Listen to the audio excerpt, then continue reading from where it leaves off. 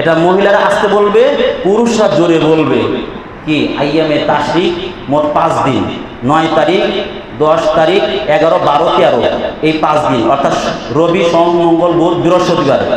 রবিবারের ফজর থেকে শুরু হবে, বৃহস্পতিবারের আসর পর্যন্ত মোট হইল 23 সপ্তাহ।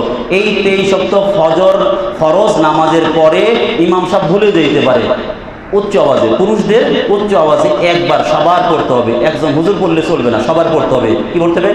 আল্লাহু আকবার, আল্লাহু আকবার, লা ইলাহা ইল্লাল্লাহু ওয়াল্লাহু আকবার, আল্লাহু আকবার ওয়ালিল্লাহিল হামদ। এখানে আল্লাহু আকবার আছে একবার, আল্লাহু আকবার আছে একবার। এটা গ্রামার বুঝবেন না, আমি যেভাবে বলি করেন। আল্লাহু আকবার বলেন আমার সাথে, আল্লাহু আকবার, আল্লাহু আকবার, লা ইলাহা ইল্লাল্লাহু ওয়াল্লাহু আকবার, আল্লাহু